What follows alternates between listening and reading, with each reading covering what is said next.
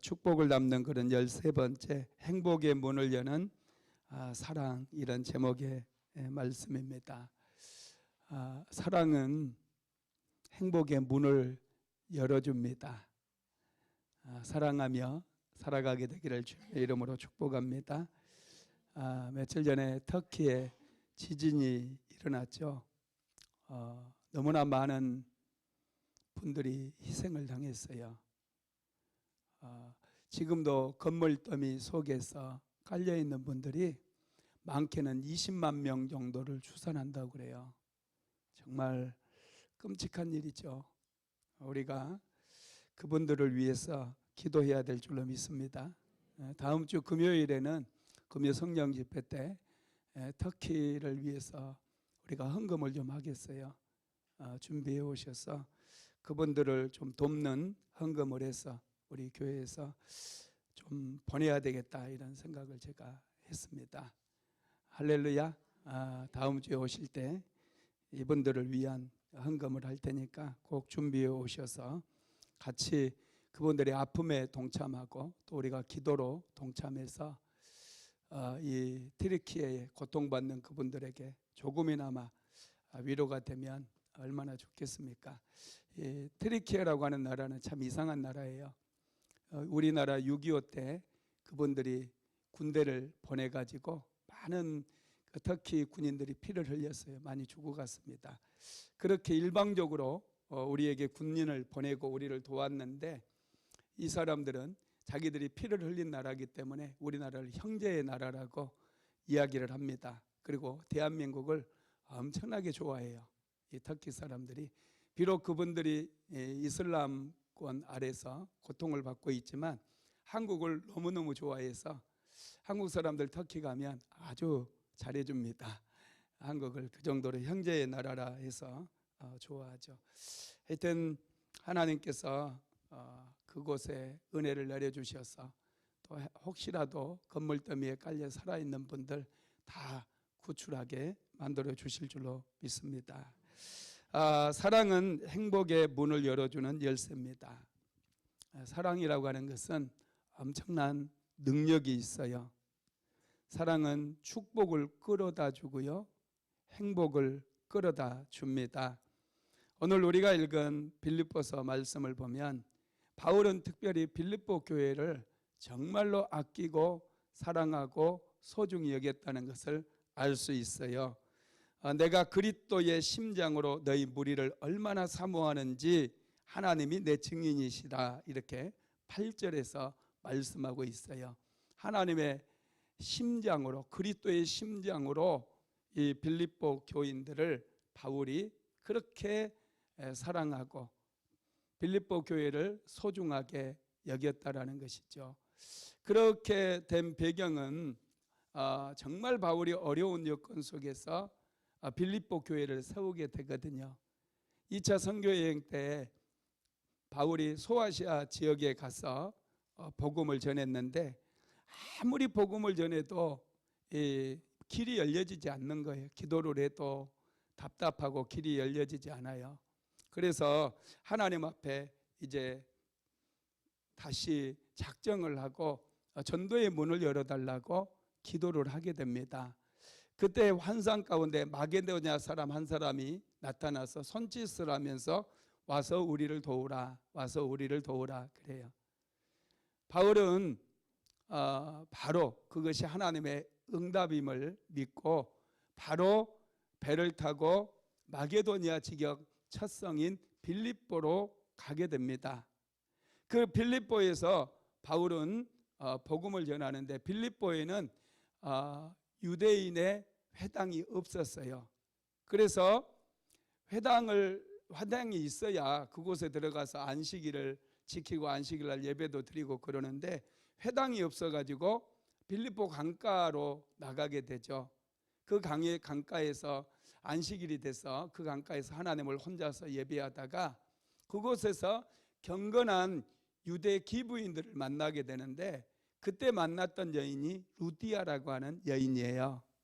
이 루디아에게 예수 그리스도의 복음을 전하게 되고 이 루디아가 처음으로 예수를 믿게 됩니다. 그리고 이 루디아의 가정에서 빌립보 교회가 시작이 되어져요. 가정교회입니다. 가정에서부터 시작이 되죠. 그러면서 바울이 이제 빌립보를 다니면서 도심을 다니면서 복음을 전할 때 점치는 귀신 들린 여인이 바울이 복음 전하는 것을 회방을 놓습니다. 이 사람은 지극히 높으신 하나님의 종이라고 그러면서 이 횡설수설 하는 것이죠. 하루 정도는 그냥 내버려 뒀는데 도저히 그게 이제 안 되니까 바울이 귀신 들린 여인, 점치는 귀신 들린 여인에게서 귀신을 쫓아내버립니다. 이 여인을 이용해서 돈을 벌었던 그 사람들이 바울을 고발하게 되고, 바울은 잘못한 거 하나 없는데 채찍에 맞고 매에 많이 얻어맞아요. 그리고 감옥에 갇히게 됩니다. 빌립보 감옥에. 사실은 여러분 얼마나 기가 막힌 상황입니까? 전도의 문이 막혀서 하나님 앞에 바울이 간절히 기도해서 하나님께서 환상을 보여주셨잖아요. 응답받은 거잖아요. 그러면 전도의 문이 잘 열려지고 교회도 바로바로 세워지고 응답받았으니까 우리 응답받았다는 얘기 잘하잖아요. 그러면은 일이 술술 잘 풀려야 되는데 오히려 길이 막혀버리고 전도의 길도 막혀버리고 감옥에 갇히는 그런 신세가 되어버립니다. 원망이 나오고 불평이 나올 수밖에 없는 그런 상황에 바울이 하나님 앞에 감옥에서 발은 착고에 채이고 목에도 이렇게 이런 것 딱 하잖아요. 사극에 보면 묶인 채로 그렇게 하나님을 찬양하고 밤이 맞도록 하나님께 기도를 하게 되죠. 그랬더니 갑자기 이 지진이 일어나 버렸어요. 이 감옥에 지진이 일어나더니 옥문이 열려버립니다. 졸고 있던 간수가 깜짝 놀래 그래 불을 켜고 보니 옥문이 열려 있는 거예요. 죄수들이 도망간 줄 알고 칼을 빼어 자결을 하려고 그랬어요. 그때 바울이 멈추라고 얘기하면서 우리가 다 여기 있으니 안심하라 그래요. 깜짝 놀란 간수가 사도행전 16장 35절에 보면 선생들아 우리가 어떻게 하면 구원을 얻을 수 있으리까 이걸 이렇게 질문을 합니다. 그때 바울이 주 예수를 믿으라 그리하면 너와 내 가정이 구원을 얻으리라 이 말씀을 주는 거예요. 그래서 그 밤에 이 간수장인은 이 바울을 통해서 예수님을 복음을 듣게 되고 예수를 영접하게 됩니다. 자기 집으로 데려가 가지고 모든 가족들을 다 앉혀놓고 바울이 전하는 예수에 대한 복음을 듣게 하고 그 밤에 모두가 예수님을 인생의 주인으로 영접했을 뿐만 아니라 세례까지 다 받는 역사가 일어나요. 이렇게 해서 간수장이의 가족들과 루디아의 가족들이 이 두 가정이 연합해 가지고 세워진 교회가 바로 빌립보 교회였다는 거예요. 그런데 이 빌립보 교회가 바울이 이렇게 힘든 가운데서 세웠잖아요.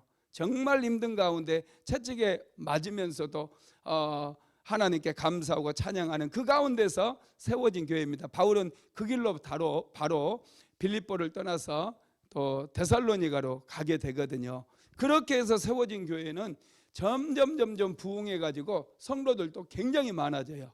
그리고 이 교회가 바울을 위해서 계속해서 선교비도 보내고 바울의 선교 사역을 힘을 다해서 도왔다라는 거예요. 바울은 그런 교회 빌립보 교회를 너무너무 사랑했고 그리스도의 심장으로 너희 무리를 얼마나 사모하는지 하나님이 내 증인이시다 이렇게 말할 정도로 바울의 마음속에는 빌립보 교회가 있었다는 거예요. 바울은 빌립보 교회만 생각하면 힘이 생기고 열정이 생겼습니다. 왜냐하면 사랑하는 대상이 있기 때문에 그렇습니다. 여러분 저와 여러분도 사랑에 대해서 좀 배워야 돼요. 사랑은 행복을 열어주는 열쇠라고 그랬잖아요. 그리고 사랑에는 능력이 있다고 그랬죠. 많은 사람들이 사랑을 받고 사랑하며 살기를 원하지만은 또 사랑에 목말라 하면서도 사랑을 줄 줄도 모르고 받을 줄도 몰라요. 여러분 왜 그러느냐 하면 사랑은 느낌이 아닙니다. 감정이 아니에요. 우리는 전기가 통했다 막 이런 마음에 이렇게 딱 이렇게 누가 들어왔다. 요즘은 썸이라는 말도 많이 하대요. 썸 탔다 막 이런 얘기도 하고 그게 이제 사랑이 시작됐다 뭐 그런 뜻인가 본데, 여러분 사랑은 느낌이 아니고 감정도 아닙니다. 사랑이 뭡니까? 사랑은 기술이에요. 기술은 배워야 되고 배워서 훈련을 해야 돼요. 운전도 기술이거든요. 운전을 먼저 운전을 가르쳐 주시는 분이 자동차 조작하는 방법, 이 자동차는 어디가 깜빡이고 뭐 이렇게 비상등 이런 또 악셀레이터, 브레이크 이런 것들 기능들을 가르쳐 주고 이제 한번 운전을 시켜보잖아요. 운전 처음부터 잘하는 사람은 없어요. 제가 운전면허 처음 이제 시험 보러 갔는데 어떤 분이 운전면허 시험장에서 출발을 너무 잘하는 거예요. 출발을 아주 멋지게, 다른 사람보다 2배 속도로.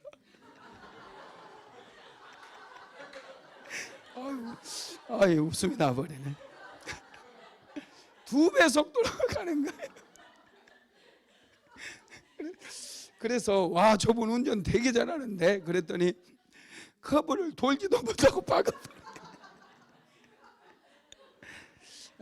운전을 여러분 차를 몰 줄은 알지만은 운전을 연습을 하고 훈련을 하지 않아서 익숙하지 못하다 보니까 그냥 다른 사람보다 빠르게 가더니 그대로 그냥 박아버리는 거예요. 그래서 제가 얼마나 우습던지 거기서 막 다 웃었어요. 나무 그분은 떨어져 버리니까 얼마나 좀 그럴 텐데 너무 웃기는 거예요. 여러분 우리 집에는 피아노가 한 대가 있거든요. 피아노가 20년도 넘었어요, 산지. 근데 저는 지금도 피아노를 못 칩니다. 한 곡도 연주를 못 해요. 피아노가 분명히 있어요. 그런데 연주를 못 해요. 왜 그럴까요? 배우지 않았고 연습하지 않았어. 피아노 있으면 뭐합니까? 내가 배우지 않았고 연습하지 않으니 피아노를 한 곡도 연주를 못 해요. 그런데 우리 딸들, 우리 아들은 피아노 앞에 앉으면 피아노를 잘 칩니다. 왜요? 배워서. 비싼 돈 들여가지고 애들 피아노 학원 다 보냈어요. 왜? 나중에 교회에 써먹으려고. 그래서 금요 성령 집회고 뭐 얼마나 반주를 잘합니까? 요즘은 뭐 반주를 너무 잘해서 반주만 들어도 막 은혜가 되고 어떤 분들은 기름 부음이 느껴진다고 막. 야, 놀랍죠, 그죠? 피아노를 얼마나 우리 애설이가 초등학교 때부터 교회 반주를 시켜놨더니 혼자서 연습을 얼마나 많이 했는지 몰라요. 그러다 보니 이제 막 기름 부음도 임하고 그러는 것 같습니다. 사랑도 똑같아요. 사랑도 일단은 배워야 돼요. 사랑을 배우지 않으면 사랑할 수도 없어요. 사랑을 그리고 계속해서 훈련을 해야 돼요. 배우는 것으로 끝내지 말고 배워서 계속해서 훈련을 하다 보면은 사랑에 대한 기술이 아주 기술이 느는 거예요. 그러면 인생이 행복해지고요, 행복의 문이 열려지고 이 사랑이 능력이 돼가지고 많은 축복을 나의 삶에 끌어다 준다라는 거예요. 그런데 여러분, 사랑이 중요할까요? 수학이 중요할까요? 네, 사랑이 중요해요. 학교에서는 사랑하는 법은 안 가르쳐줘요. 수학은 죽으라고 가르쳐주는데 사실 초등학교 수학만 배우면은 우리가 생활하는데 지장 없습니다. 생활하면서 1차 함수 써먹은 분이 있어요? 1차 함수 중학교 2학년 때 배웠던가요? 우리가 2학년 때 배웠던 것 같아요. 방정식 지나고 2차 함수 배우고 그랬는데 1차 함수. 그런데 함수를 우리 생활 속에서 써먹을 일이 없어요. 근데 그런 것들을, 그런 수학을 중학교 때 3년, 고등학교 3년, 또 대학 가도 이과생들은 대학 수학을 또 배워요.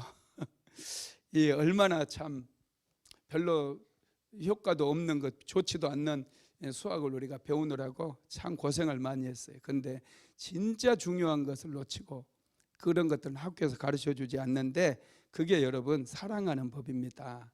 그래서 사랑하는 법을 우리가 배워야 된다라는 거 믿으시기 바랍니다. 어느 여인이 혼자 살았어요. 혼자. 그러다 보니까 너무 외로워가지고 애완동물 가게에 가가지고 앵무새를 한 마리를 샀대요. 앵무새는 말도 하잖아요. 사람이 말 훈련시키면 말도 잘하니까 이 앵무새를 하나 사가지고 집에 갖다 놨대요. 그런데 며칠이 지나도 말을 안 해요. 이 앵무새가. 앵무새는 안녕하세요 이런 것도 잘하거든요. 말을 안 해요. 그래서 이 구인 이제 그 판 분에게 가가지고 아이고 앵무새가 한마디도 안 한다고 그랬더니 그 사장님이 하는 얘기가 그 앵무새는 거울을 좋아하니까 거울 하나 사다가 넣어주세요 그랬어요. 그래서 거울을 이렇게 사다 넣어줬대요. 그런데도 한마디도 안 하는 거예요. 또다시 그분에게 가가지고 아니 거울을 사줬는데도 한마디도 안 하는데요 그랬더니 그러면 작은 사다리를 하나 사다 넣어주세요. 이 앵무새가 사다리를 타고 오르락내리락 하는 거 되게 좋아합니다 그랬어요. 그래서 사다리를 이렇게 사다가 넣어줬어요. 그런데도 앵무새가 고맙단 말도 안 하고 한마디도 안 하는 거예요. 말을 시켜도 그냥 고개만 푹 숙이고 있어요. 그래서 다시 가서 얘기했더니 이번에는 그 앵무새 그네 타는 거 좋아하니까 그네를 하나 사다 넣어주세요 그러더래. 그래서 그네를 사다가 이렇게 넣어줬어요. 그런데도 앵무새가 말도 안 하는 거예요. 그리고 보니까 앵무새가 죽어 있는 거예요. 가서 주인에게 말했답니다. 앵무새가 죽어버렸던데요. 그랬더니 주인이 하는 얘기가 안 됐네요. 혹시 앵무새가 죽기 전에 한마디 했을 텐데 그게 무슨 말인가요? 그러니까 이곳에는 모입하는 곳이 없나요? 이 말하고 죽었대요. 앵무새에게 정말로 필요한 게 뭐였어요? 모이였어요. 이 밥을 줘야 되는데 엄한 사다리를 사주고 그네를 사주고 거울을 사주고 이 앵무새는 결국 배고파서 죽어버린 거예요. 여러분 사랑은 뭔 줄 아세요? 사랑은 상대방의 필요를 채워주는 거예요. 여러분의 남편의 필요가 뭔지 아세요? 남자들이 뭘 좋아하는 줄 아세요? 남자들 시계 좋아한대요. 시계, 좋은 시계. 나는 잘 몰랐어요. 나는 남자가 아닌가? 남자는 또 자동차를 좋아한대요. 좋은 자동차. 그래서 남자들은 자동차를 좀 폼나게 타고 싶어 한대요. 여자분들은 그런 거에 좀 별로 관심이 없대요. 여자분들은 가방에 루이비통 그런 가방 좀 메이커 그런 가방 있잖아요. 좀 유명 명품이라고 그러죠. 그런 가방에 아주 관심이 많대요. 그래서 남자들이 자동차를 좀 항상 좀 좋은 걸 타고 싶어서 바꿀 때가 되기를 손꼽아 기다렸다가 바꿀 때가 되면 자기가 원하는 차를 딱 얘기한대. 요즘 뭐 팰리세이드 뭐 이런 거 남자들 집차 좋아하시는 분들 그러면 여자들은 한마디로 딱 잘라서 안 돼 이렇게 해버린대요. 물론 이제 여러 가지로 경제적인 형편을 생각해서 그런 거겠지만은 여러분 우리가 서로의 필요가 무엇인가에 대해서 좀 생각을 하면서 살아야 돼요. 그래야 정말 이 행복한 인생을 살아갈 수 있기 때문에 그렇습니다. 우리 삶의 진정한 기쁨은 사랑에서 나와요. 누군가를 사랑할 때 큰 기쁨이 찾아옵니다. 그래서 우리는 사랑하는 기술을 배워야 되는데 사랑하는 것이 여러분 절대 쉬운 것은 아닙니다. 사랑은 사람의 마음을 따뜻하게 하고 부드럽게 만들어줘요. 사람을 행복하게 만듭니다. 사랑이 머무는 곳에 생명이 자랍니다. 그리고 꽃이 피고 열매가 맺혀져요. 사랑이 흐르지 않는 곳에는 아무것도 자랄 수가 없어요. 생명이 자랄 수가 없다라는 것이죠. 사랑은 또 변화를 일으킵니다. 변화는 사랑할 때 찾아온대요.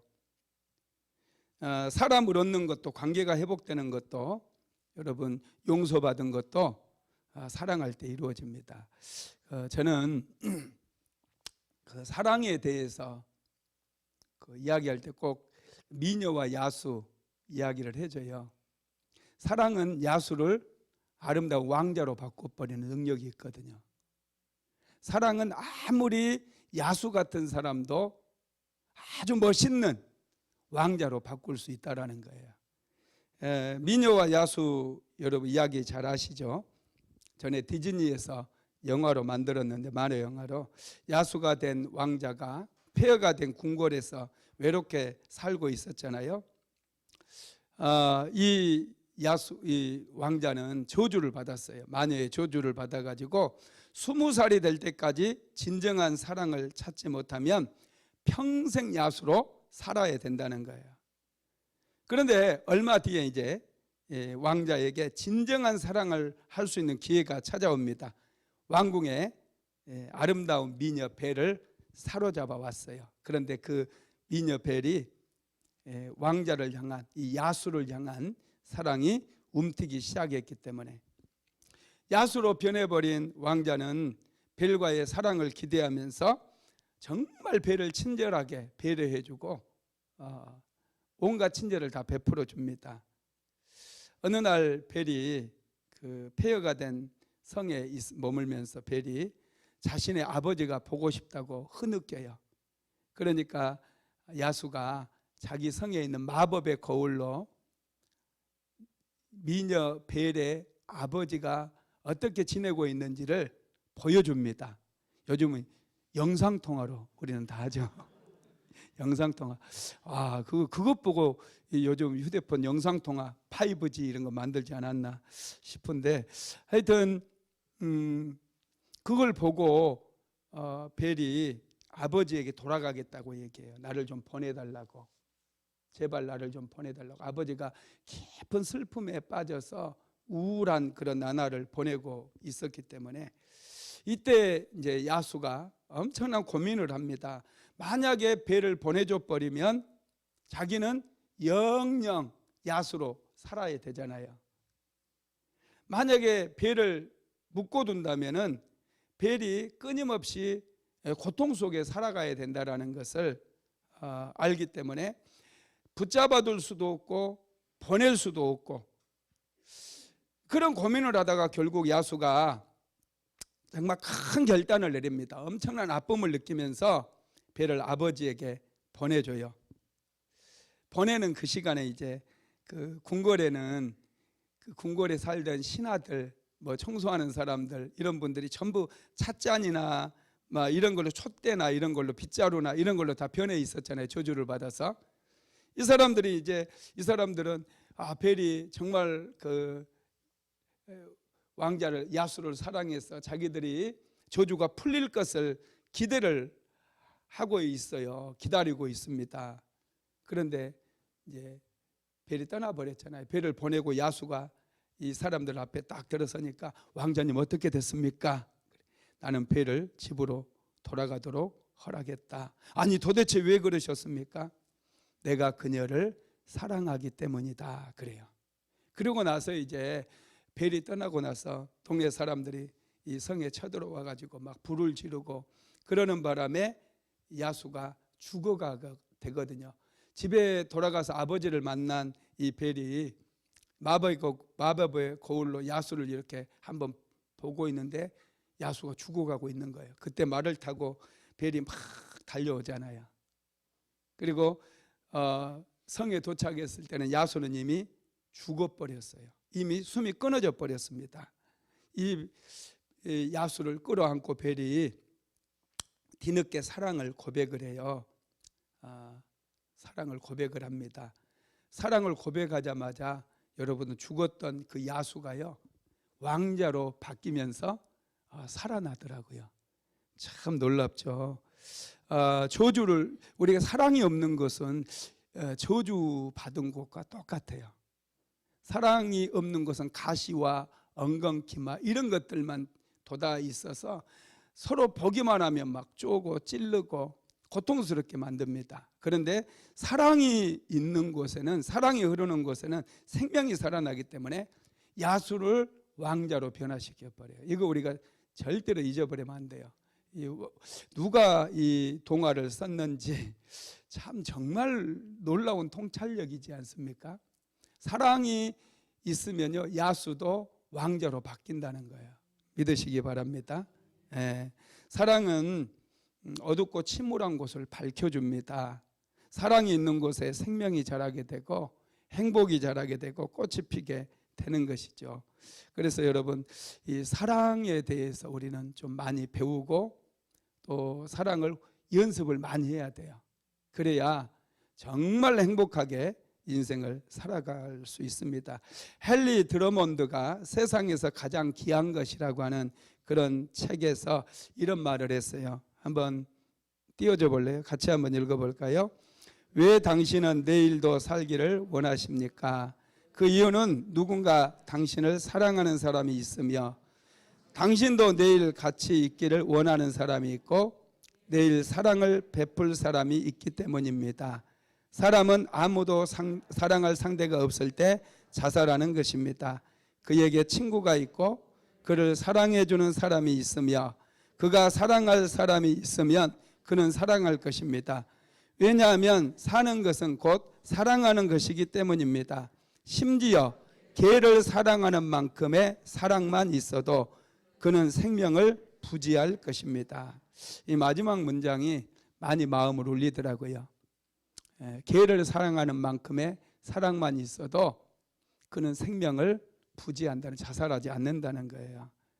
여러분, 그렇습니다. 우리 예수님은 사랑이 많으신 분이고 사랑을 만드신 분이고 하나님은 사랑이십니다.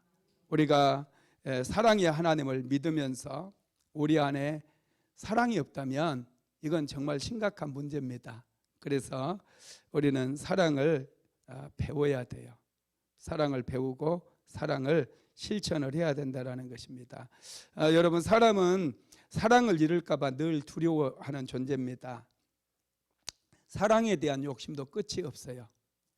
100명의 사람이 있는데 99명이 나를 너무 좋아하고 나에 대한 좋은 이야기를 하고 다닌다고 생각해 보세요. 얼마나 행복하겠어요, 그죠? 그런데 100명 중에 딱 한 명만 나를 별로 좋지 않게 생각하고 나에 대해서 나쁜 말을 하고 다닌대요. 그러면 여러분, 사람은요, 그 사람 때문에 기분이 나빠버려요. 점수로 따져도 99점이나 되잖아요. 99점이면 얼마나 대단한 점수입니까? 그런데 단 한 사람이 나를 흠집내고 나에 대해서 비방을 하고 그렇게 다니면은 우리는 행복하지 않는 존재라는 것이죠. 그래서 여러분, 우리는 항상 다른 사람에 대해서도 말할 때, 또 다른 사람에 대해서 그 사람이 없는 데서 말할 때도 비방하는 말이나 또 그 사람의 흠집 잡는 그런 얘기를 해서는 안 된다라는 것입니다. 여러분, 그러면 사랑이란 무엇일까? 첫째는 사랑은 관심입니다. 관심. 여러분, 사랑의 반대말이 뭔지 아세요? 무관심이에요. 뭐 슬픔이나 증오나 뭐 미움이나 이런 게 사랑의 반대말이 아니고 사랑의 반대말은 무관심이에요. 여러분, 무관심. 전에 제가 그 물에 대한 책을 썼던 에모토 마사루라고 하는 일본 사람인데 이분이 쓴 책, 물은 생명이다, 그런 책이 있거든요. 그 책에서 실험한 내용이 나온다 그랬잖아요. 이 밥을 해가지고 컵에다 담아서 세 종류의 밥을 이렇게 컵에 담아가지고 놓고 매일마다 각기 다른 곳에 놓고 매일마다 한 컵에는 야, 너는 어쩌면 그렇게 예쁘게 생겼니? 참 보기도 좋다, 이렇게 얘기하고 한 군데 한 컵에는 담긴 밥에다는 막 비난하고 욕을 막 하는 거예요. 너는 생긴 것도 못생기고 막. 한 컵에는 그냥 무관심하는 거예요. 들여다보지도 않는 거예요. 그리고 보름이 지났을 때 비교를 해봤대요. 여러분도 한번 비교해 보세요. 보름이 지나서 비교해 보니 이 예쁘다고 칭찬해주고 관심을 가져줬던 이 밥은 누룩이 돼가지고 냄새가 아주 구수한 냄새가 나더래요. 그리고 뭐 비난하고 그냥 그 욕도 하고 막 그랬던 그 밥은 그냥 좀 까매지고 그냥 그랬더니 약간 그렇게 조금 변했대요. 그런데 무관심했던 이 밥을 보니까 완전히 썩어가지고 막 엄청난 구린내가 나더래요. 무관심했던 밥이. 사람도 마찬가지예요. 남편에게 무관심하고 아내에게 무관심해버리면 여러분 정말 이게 인생이 힘들어지는 거예요. 어떤 부부는 싸우면은 한 보름 동안 얘기 안 한 부부도 있고 그런다고 그러대요. 여러분 그러지 마세요. 그냥 먼저 화해하시고요. 미안하다고 얘기하고, 미안하다고 얘기하면 이제 알았어? 막 그러면서 더 그냥 공격하려고 남편을 완전히 이참에 그냥 확 꺾어서 고쳐놓겠다, 막 그런 마음을 품지 마세요. 고쳐가지고 뭐하게? 고쳐진 게 아니라 더 이상하게 빗나가요. 관계만 더 틀어지는 거예요. 하나님도 내버려 두는데 왜 당신이 고치려고 그럽니까?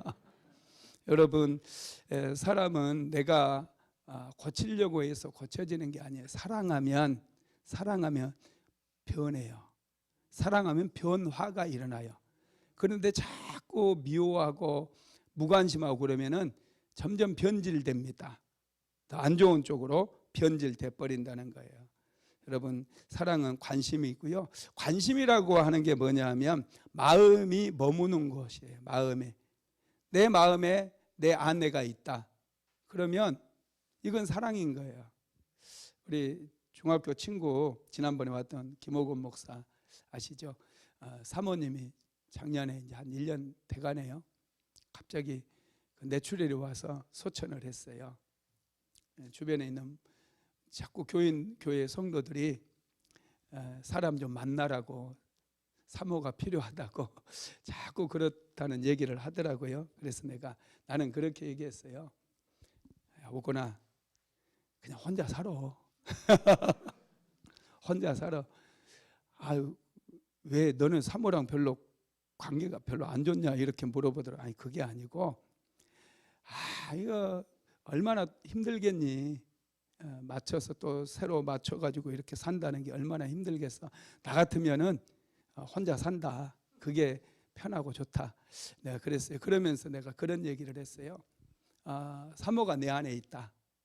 내 안에 사모가 만약에 먼저 갔다 할지라도 내 안에 우리 사모가 있을 텐데 그 누구가 들어올 수 있겠느냐는 거예요. 그 어떤 여자가 내 안에 들어올 수 있겠느냐는 거예요. 들어올 수 없으면 데려다 살면 여러분 몸만 같이 사는 거, 이게 그 사람을 오히려 불행하게 만들게 되는 거죠. 사모가 내 마음에 있다. 여러분 이게 관심이고 이게 사랑인 거예요. 여러분의 남편이 여러분의 마음에 머물게 되기를 주님의 이름으로 축복합니다. 여러분의 아내가 여러분의 마음에 머물러 있는 거, 이게 관심이에요. 우리가 운전을 하고 가도 머릿속으로 딴 생각할 때 있잖아요. 관심이 다른 데 있는 거예요. 운전하는 데 있지 않는 거예요. 여러분 남편하고 같이 살면서도 다른 사람을 생각한다면 그건 사랑이 아니에요. 관심이 다른 데 있는 거예요. 사랑이라고 하는 것은 상대를 위해서 나의 마음의 자리를 내어주는 것, 이것이 사랑이라는 거예요. 두 번째로 사랑은 돌봄입니다. 여러분 사랑하면 가족들을 위해서 열심히 일을 해서 가족들의 필요를 채워줘야 돼요. 제가 며칠 전에 유튜브에 장경동 목사님 설교가 뜨길래 잠깐 들어봤어요. 목사님 참 재밌게 말씀하시더라고요. 여러분 존경한 사람이 누구야? 이렇게 물어보더라고요. 그랬더니 에브라함, 링컨. 그러니까 왜 존경하는 사람을 수입해 오냐고 막 야단을 치더라고요. 왜 존경하는 사람이 그렇게 없냐고. 링컨이 당신 위해서 돈 벌어다 줬어? 막 그러면서 링컨이 당신 위해서 뭐 해준 게 뭐가 있어? 근데 왜 링컨을 존경해? 링컨이 당신에게 생명의 말씀을 전해줬어 막. 그랬더니 어떤 분이 장경동 목사님 왜 당신이 나를 존경해요? 그러는 거예요. 누구를 존경해야 되냐고. 당신 남편 존경하라고 막 그러는 거예요. 왜요? 당신 남편처럼 열심히 나가서 돈 벌어주는 남자가 어디 있느냐는 거예요. 돈 벌어다 주는 남자를 존경해야지. 가족들을 위해서 그렇게 헌신하고 피땀 흘려서 일하고 자존심까지 구겨가면서 돈 벌어다 주는 남편을 존경해야지. 어디 에브라함 링컨 뭐 조지 워싱턴 뭐 이런 뭐 그렇게 야단을 치더라고요. 가만 들어보니까 맞는 것 같아요. 그죠? 할렐루야. 사랑은 돌봄이에요. 여러분, 남편이 정말 힘들게 일해서 돈 벌어오면 그거 쉽게 생각하지 마세요. 굉장히 힘든 거예요. 힘들게. 그렇지만은 사랑하니까, 아내를 사랑하고 자녀들을 사랑하니까 그 힘들어도 참고 일하러 가기 싫을 때 있거든요. 저도요, 일하기 싫을 때 많아요. 그런데 성도들 사랑하니까 매일마다 지금 제가 오늘 아침에도 나가는데 사모가 막 말리는 거예요. 오늘 좀 쉬시라고. 오전에는 쉬었다가 오전에 성경 공부 있어라 막 그러면서 제가 지금 상태가 아주 안 좋아요. 상태가 안 좋지만 사랑하니까 열심히 가르치고 또 말씀 준비하고 그러는 거거든요. 세 번째로 사랑은 이해입니다. 이해. 어떤 부인들은 나는 도대체 당신이 이해가 안 돼. 막 고개를 흔들어. 이해가 안 돼. 이해가 안 돼. 머리가 나빠서 이해가 안 되는 거예요. 자기 머리를 생각해야지. 왜 정상적인 남편을 이해가 안 된다고 그러면 됩니까? 여러분, 사랑하면 이해가 돼요. 신기해요. 사랑을 안 하니까 이해가 안 된다고 막 고개를 흔들어 가슴을 쳐 막. 사랑하면 여러분 이해가 됩니다. 여러분, 정성적인 부모인 경우는 자녀들에게 정말 최선의 사랑을 다 쏟아붓잖아요. 어떻게 해서든지 자녀들 잘 되게 하려고 인생을 막 투입하고 가진 거 다 들여서 자녀들 교육도 시키고 그러잖아요. 그런데 이 사랑을 받은 자녀들이 하는 얘기가 뭔 줄 아세요? 부모가 정말로 자기를 사랑하는지 잘 모르겠대. 애들은 우리 엄마 아버지가 나를 사랑하는지 잘 모르겠다고 그런다니까요. 여러분, 왜 그럴까요? 이해가 부족해서 그렇죠. 이해하는 능력이 없다 보니까. 부모가 자기들을 사랑하기는 할 테인데, 그래서 용돈도 주고 학교도 보내주고 그럴 테인데, 도대체 부모가 왜 저렇게 나를 힘들게 하는지 이해가 안 가는 거예요. 그래서 상대방에 대해서 우리가 지식도 필요합니다. 남편에 대한 지식, 남자들의 특성이라든지 여자들에 대한 이 지식이 있어야 돼요. 그래서 존 그리샴이라고 하는 사람이 화성에서 온 남자, 금성에서 온 여자 이런 책을 썼잖아요. 그 책 읽어보신 분 있어요? 굉장히 재밌어요. 남자들의 특징을 아주, 여자들의 특징, 남자와 여자는 생각하는 게 달라요. 중요하게 여기는 것도 달라요. 그래서 너무 다릅니다. 이런 지식을 우리가 배워야 돼요. 폴 투르니에가 쓴 서로 이해하기라고 하는 책도 있어요. 얇은 책이니까 한번 꼭 사서 읽어보시기 바랍니다. 이 책을 읽어보면은 남자에 대해서 내가 몰랐던 게 너무 많아요. 우리 사모만 해도 그 책 읽고 막 얼마나 놀랬다고 나한테 얘기하는 거예요. 회개 많이 했대요. 회개를. 할렐루야. 우리 사모가 나한테 직접 나를 힘들게 했다는 거예요. 되게 좋아하시네. 이제 알았어? 막 이상해. 내가 얼마나 힘들었는지 알아. 여러분, 뭐 남자뿐이겠어요. 남편들도 아내를 잘 이해를 못하니까 아내를 조금만 공감해주고 그러냐고. 남자들은요, 문제를 해결해 주려고 자꾸 이렇게 저렇게 시키는데, 여자들이 얘기하는 것은 문제 해결을 해달라고 그런 게 아니라 자기 말 들어주고 공감해 주라고 그런 말을 한다는 거예요. 맞습니까? 아님 말고. 하여튼 폴 투르니에는 그렇게 얘기했어요. 이런 남자의 특성과 여자의 특성들을 우리가 좀 배워야 돼요. 공부를 해야 돼요. 그래야 정말 이해할 수가 있고 사랑할 수가 있다라는 것입니다. 사랑이 이해예요. 이해하지 않으면 도대체 당신은 이해가 안 된다고 자꾸 그러면서 하는 모든 일에 그냥 제1 방해꾼이 돼요. 남편이 이제 직장생활 한 30년 해서 진짜 힘들어서 뭔가 자기 사업을 좀 하려고 다 가면 안 된다고 무조건 들어보지도 않아. 무조건 안 된대. 수입이 끊어질까 봐 두려워가지고 돈만 남편이 돈 버는 기계야. 여러분 들어줘야 돼요. 남편에 대해서 깊이 들어주고 이해하려고 하는 이런 태도가 정말 필요합니다. 네 번째로 사랑은 존중입니다. 사랑에 관심과 돌봄은 있지만 존중이 빠져버리면요 그건 사랑이 아니에요. 여러분 우리가 예를 들면 자동차를 하나 사면은 남자들 자동차 좋아하잖아요. 자동차 딱 사면은 그 자동차 아주 소중히 여깁니다. 세차도 깨끗하게 해서 삐까번쩍하게 하고 다니고요.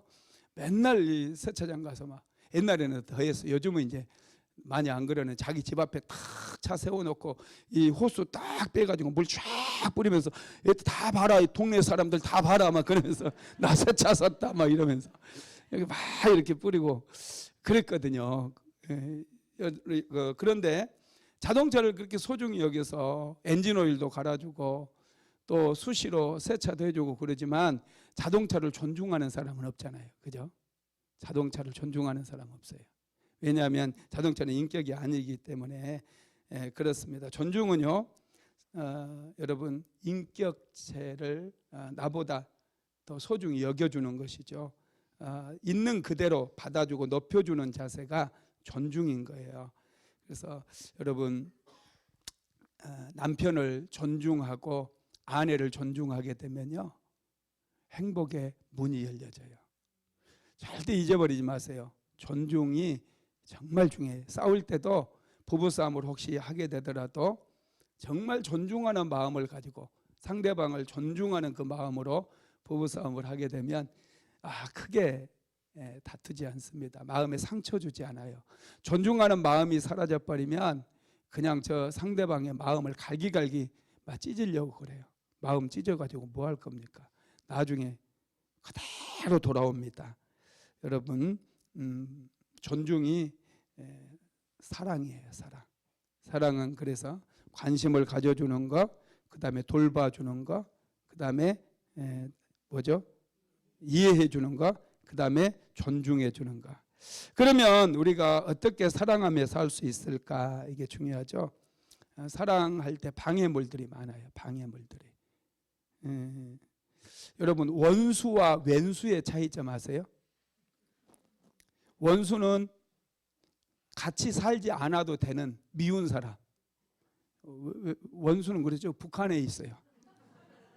우리의 원수는 북한에 있습니다. 그런데 왼수는 싫지만은 힘들게 하면서도 꼭 같이 살아야 되는 사람을 왼수라고 한대요. 50세가 되면 여자들에게 필요 없는 것이 생긴다고 그러더라고요. 꼭 필요한 것이 있고 필요 없는 것이 있고 그랬대요. 50세가 되면 여자들에게 꼭 필요한 것이 비타민제, 그 다음에 안경 이런 게 필요하답니다. 그리고 50세가 된 여자에게 필요 없는 것은 남편이 돼요. 그래서 남편들은 이사 갈 때 어떻게 해서든지 이삿짐 뒷칸이라도 타야 된다고 그럽니다. 할렐루야. 그러면 왜 우리가 사랑해야 될 사람들이 왼수가 되었느냐? 왜 정말 사랑하고 섬겨야 되고 이해하고 돌봐줘야 될 사람들이 왼수가 되었느냐? 첫째는 사랑을 소유로 생각하기 때문이 돼요. 에리 프롬이라고 하는 사람이 소유냐 존재냐 이런 책을 썼거든요.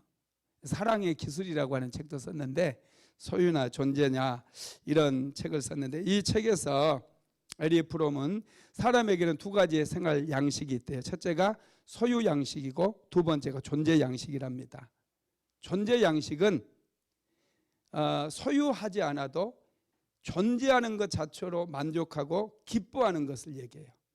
꽃밭에 꽃이 피어 있어요. 그러면 꽃이 그 꽃밭에 있는 것 자체만 해도 아주 행복한 거예요. 여기 꽃이 있잖아요.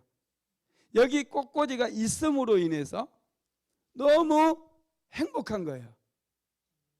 이게 이제 존재 양식에 따라 사는 사람이에요. 근데 소유지향적인 사람이 있습니다. 소유지향적인 사람, 이 존재지향적인 사람이고요. 소유지향적인 사람은 어떻게 하느냐? 여기 꽃을 보면 와 예쁘다 그러면서 하나 진경이 집사가 안 볼 때 하나 멀리 뽑아가는 거예요. 자기 집에 딱 꼽아놔요. 그래야 행복한 사람이 있어요. 할렐루야. 진경이 집사가 매 눈처럼 보고 있으니까 우리가 이제 교회 화단을 만들고 제가 월피동에서도 그랬고 항상 저는 가꾸는 걸 좋아해요. 꽃을 심고 꽃이 피고 이렇게 자꾸 이제 잡초도 뽑아주고 뭔가 가꾸는 걸 보면 저는 막 정말 행복하거든요. 자라는 걸 보면 꽃이 씨앗을 심었는데 이 씨앗이 싹이 나가지고 작은 싹이 올라오잖아요. 막 얼마나 신비로운지 몰라요. 저는 그래서 매일마다 이 싹이 올라올 때면요, 이 화단에 가서 몇 번 가서 이게 얼마나 자랐는지 매일 봐요. 매일. 와, 그러면서 너무 신비하잖아요. 씨앗 하나가 떨어졌는데 이게 올라와 가지고 쑥쑥 크더니 이 꽃몽오리가 딱 잡히고 꽃이 피어요. 와, 정말 놀랍지 않습니까? 너무 이런 것들이 좋으니까 꽃을 이제 많이 심어놓고 그러는데 꽃을 심어놓고 그러면 사람들이 자꾸 파가요. 꽃을 꺾어가기도 하고 꽃을 파가버려요. 우리 화분도 저기 많이 내놓고 그랬더니 전에 CC 카메라 설치하기 전에 자꾸 화분에서까지 파가버리더라고요. 이런 사람들은 소유지향적인 사람들이에요. 이게 노족봉을 요즘도 이제 사모랑 점심 먹고 한 바퀴 돌거든요. 노족봉에 2009년도인가 2008년도 곰파스 태풍 한번 본 적이 있죠. 나무가 얼마나 많이 쓰러졌는지 몰라요. 나무가 많이 쓰러져 죽고 나서 국민은행에서 돈을 들여가지고 그곳에 배나무를 심었어요. 배나무 산에다가. 그런데 이 나무들이 안 죽고 잘 자라는 거예요. 봄에 보면 이 백꽃이 피었어요. 이화, 이 백꽃이 쫙 피었는데 하얀 백꽃이 얼마나 예쁜지 몰라요. 그리고 이제 열매가 백꽃이 있으니까 열매가 맺혀지지 않겠어요? 그래서 이제 열매가 이때쯤이면 얼만큼 컸겠다 이렇게 보면서 자꾸 보고 가거든요. 제가 돌면서 열매가 이렇게 맺혀진 거 보여요. 열매 보면 또 참 좋잖아요. 저기 푸르지오 아파트 갔더니 저기 고전 신도시 그 가로수가 이 길 인도에 나 있는 그 주변으로 감나무를 이렇게 많이 심어놨더라고요. 사람들이 지나가는 길목마다 감나무를 심어놨는데 가을에 한번 제가 그곳을 지나갔는데 감이 정말 노랗게 쫙 익은 감들이 막 주렁주렁 열려 있는 거야. 그걸 보는데 뭐 너무 보기가 좋아요. 와. 하여튼 이 배나무에 배가 이렇게 맺혀져 가지고 주먹만 해지기 시작하니까요. 아줌마들이 몰려다니면서 아저씨들이 딴 걸 나는 본 적이 없어. 왜 그 배를 다 따버리냐고. 아니 그건 먹어도 맛도 없어요. 조금 해가지고 아니 10,000원만 주면 배 이때만한 큰 거 한 4개는 사가지고 먹잖아. 그죠? 먹고 싶으면 가서 10,000원만 10,000원 없으면 나한테 오세요. 내가 드릴게. 그거 사가지고 그냥 집에서 깎아서 먹으면 얼마나 좋아. 그런데 그 맛도 없는 거 내가 좀 보려고 했더니 한 개도 안 남겨놓고 다 따버려. 다 따버려. 우리 어렸을 때 시골에서 감 딸 때도요, 꼭 감나무 꼭대기 있는 것은 까치 먹으라고 남겨주거든요. 그러잖아요. 이 아줌마들은 지나가면 한 개도 안 남아. 한 개도 싹 따가지고 가버려. 그래서 내가 가을만 되면 속 상해. 그래서 소화도 잘 안 돼. 그거 보면은 좀 열매 좀 놔두지. 내가 보는 데서도 그냥 따버리더라고. 좀 따지 말라고 그래. 따버려요. 이 소유지향적인 사람들은 이렇게 모든 걸 소유하려고 그래요.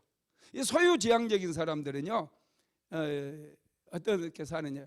이 청년이 처녀를 만났다 그러면 이 소유지향적인 총각은요, 결혼하기 전에는 그냥 꽃도 사다가 바치고 좋은 음식 점에 데려가서 맛있는 거 사주고 백화점에 데리고 가서 뭐 옷도 사주고 뭐 좋은 거 다 사줘요. 그리고 나서 이제 결혼을 하고 나면은 자기 소유가 됐잖아요. 일절 없어요. 외식 한 번 안 해요. 일절. 왜 그러냐고 물어보면 잡아놓은 물고기 왜 미끼를 주느냐는 거예요. 여러분, 사람은 존재지향적인 그런 삶을 살아야 돼요. 그래야 행복해요. 아내가 옆에 있어준 것만 해도 행복한 거예요.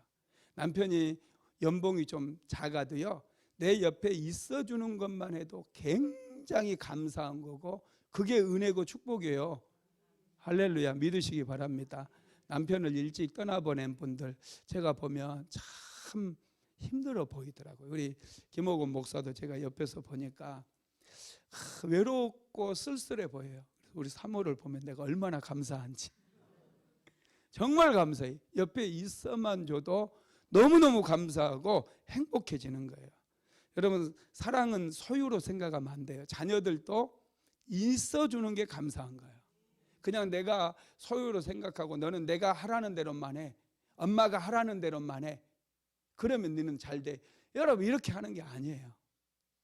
자녀들은 자녀들의 인생이 있는 거예요. 부모도 제가 저희 어머니 아버지 어머니가 치매가 와가지고 괴로웠어요. 시골에서 두 분이 사시는데 치매가 와가지고 길도 못 찾고 막 어디 가서 막 그렇다니까 우리 산모가 알아요. 내가 잠도 잘 못 잤어요. 막 걱정이 되니까. 그래서 어떻게 해야 되는가. 우리 집에 또 모시고 올 수도 없잖아요. 형제들이 또 6형제나 되고 형제만 6형제, 딸 둘 8명이거든요. 우리가 많아요. 우리보다 많은 사람 별로 없더라고. 할렐루야. 그러다 보니 내 뜻대로 할 수가 없어요. 어머니 아버지를 실버타운에 보내고 싶은데 또 다른 형제들은 반대하고 뭐 그러다 보니 이러지도 못하고 저러지도 못하니 너무 고통스러운 거예요, 제가. 그래서 막 기도하다가 때로는 울기도 하고 기도하다가 막 너무 힘들었어요. 그래서 내가 너무 힘들어하니까 하나님께 저에게 한 말씀 딱 주시더라고요. 그것이 우리 어머니 아버지의 인생이 돼요. 그래 너무 슬퍼하지 말래요. 한 말씀 딱 들었더니 와, 괴로움이 싹 사라지는 거 있죠. 자유가 임하더라고요.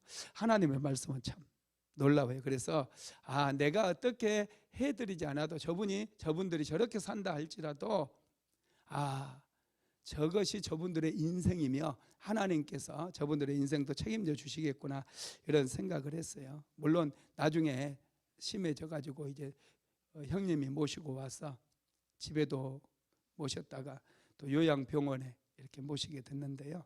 나중에 이제 돌아가셨는데 하여튼 그렇더라고요. 내가 뭘 해주고 싶어도 그게 여러분 다 선이 아닐 수 있다라는 거예요. 사랑은 여러분 소유하는 것으로 끝나는 게 아닙니다. 노력하면서 사랑의 꽃밭을 함께 가꾸어 가야 된다는 거예요. 항상. 그 다음에 두 번째로는 익숙해지는 것이 문제입니다. 사랑의 목표는 어디에 있느냐면 친밀함에 있어요. 그래서 부부가 나이가 들수록 친구가 돼야 돼요. 연인으로 만났잖아요. 언제나 연인일 수는 없거든요. 그러면은 점점 더 친해져야 돼요. 친밀한 관계 속에 들어가서 정말 둘도 없는 친구가 돼야 돼요. 할렐루야. 언제까지 뭐 눈이 그냥 탁 뭐 전기가 오고 막 여러분 그게 아닙니다. 우리가 사랑하지 못하는 이유는 친밀하기보다도 익숙해져 버리는 게 문제예요. 부부간에 오래 살다 보면 익숙해집니다. 익숙해지니까 함부로 얘기해요. 남편에 대해서 아내에 대해서도 너무 쉽게 생각해 버리고 존중이 사라져 버려요. 자기 종처럼 부리려고만 한다라는 것입니다. 우리는 친밀함과 익숙함의 차이를 알아야 돼요. 친밀은 자신을 있는 그대로 드러내고 함께 대화하고 아껴주면서 나아가는 것입니다. 여러분, 익숙해지는 것은 말 그대로 쉽게 생각해 버리는 거예요. 예수님께서 나사렛에 갔을 때 사람들에게 배척을 받거든요. 목수의 아들이 아니냐? 나사렛 사람들이 그렇게 얘기를 해요. 예수님을 존중하지도 않았고 예수님에 대해 기대하지도 않았어요. 그래서 예수님께서 그 고향에서는 별로 기적을 일으키지 않았습니다. 왜냐하면 익숙하다 보니까 가치를 몰라보는 거예요. 남편의 가치를 여러분 쉽게 평가하지 마세요. 오래 살다 보니 익숙해져 버리니까 남편의 가치를 평가절하해 버리는 분이 많아요. 아내의 가치도 마찬가지입니다. 여러분, 하나님께서 우리를 창조하셨기 때문에 우리는 무궁무진한 그런 가치가 있는 사람들이에요. 굉장한 가치가 있는 사람들입니다. 그래서 우리가 익숙해지는 것보다는 서로 더 깊이 알아가고 친밀해지기 위해서 노력을 해야 된다는 것입니다. 그 다음에 세 번째, 상대방의 변화만을 바라는 것이 문제입니다. 여러분, 사람을 만나는 것은 그 사람을 변화시키기 위해서 만난 게 아닙니다. 여러분들 남편 만나고 아내를 만났는데, 결혼을 했는데 평생 어떤 사람의 기도 제목은 남편의 변화에 있는 분들이 있더라고요. 우리는 서로를 변화시키기 위해서 만난 게 아니에요. 뭐 하기 위해서 만났죠? 사랑하기 위해서 만난 거예요. 할렐루야. 사랑하기 위해서 만난 겁니다. 사랑이 목적이에요. 변화가 목적이 아니에요. 그걸 분명하게 해야 돼요. 변화를 목적으로 가진 사람은 항상 부족한 것이 보이기 때문에 자꾸 약점을 찾아내고 단점을 찾아내고, 그래서 인생이 피곤해지는 거예요. 무조건 상대방이 잘못했다고 다 돌려버리는 거예요. 그래서 잔소리해요. 상대는 갑자기 변화되지 않습니다. 그러다 보니 조급해져 가지고 막 서로 또 다툼이 일어나고 싸움이 일어나게 되는 것이죠. 사랑은 상대방을 아름답게 만드는 데 관심을 기울이는 거예요. 그래서 사랑하면 변화가 이루어집니다. 더 아름답게 변화되는데, 아름답게 만드는데 변화가 관심을 갖기 때문에 그렇습니다. 사랑은 사람을 변화시켜요. 율법은 잘못을 지적해요. 율법은 비난해요. 율법은 그래서 차가워요. 율법은 아주 냉정해요. 그런데 사랑은 따뜻해요. 사랑이 있는 곳에 여러분 꽃이 핍니다. 날씨가 따뜻해지면 여러분 땅에서 싹이 올라오는 것과 똑같습니다. 꽃이 피게 되죠. 그 다음에 큰 두 번째, 좋은 점을 찾아서, 우리가 사랑하려면 좋은 점을 찾아서 감사해야 되는데, 빌립보서 1장 7절 오늘 말씀 한번 읽어봅시다. 시작. 내가 너희 무리를 위하여 이와 같이 생각하는 것이 마땅하니 이는 너희가 내 마음에 있음이며 나의 매임과 복음을 변명한 것 확정함에 너희가 다 나와 함께 은혜에 참여한 자가 됨이라. 아멘. 빌립보 교인들을 생각할 때 바울은 감사하다고 그래요.